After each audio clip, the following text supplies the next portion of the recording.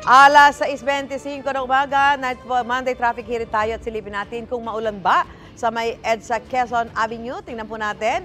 Yung makikita po ninyo, yung kaliwa papuntang Quiapo, yung kanan naman ay papuntang Quezon Memorial Circle. At sa mga oras nito, wala pong problema sa mga sasakyan dumadaan sa bahaging yan. Tuloy-tuloy po ang usad ng traffic at walang nakikitang mga magiging problema sa paglalakbay ng ating mga motorista. Tingnan natin sa C5 Eastwood.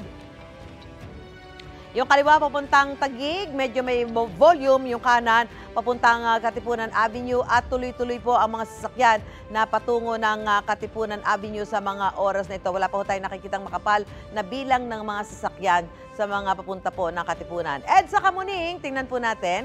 Ang kaliwa papuntang Monumento, maluwag ho siya.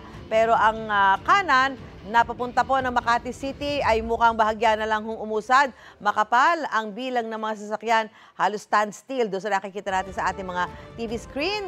Kaya kung kayo po ay dadaan dyan at meron kayo na pwede ibang ruta, iwasan na ho muna ang bahaging yan ng EDSA Kamuning sa mga oras na ito. Mag-ingat po tayo sa pagmamaneho, mga kapuso.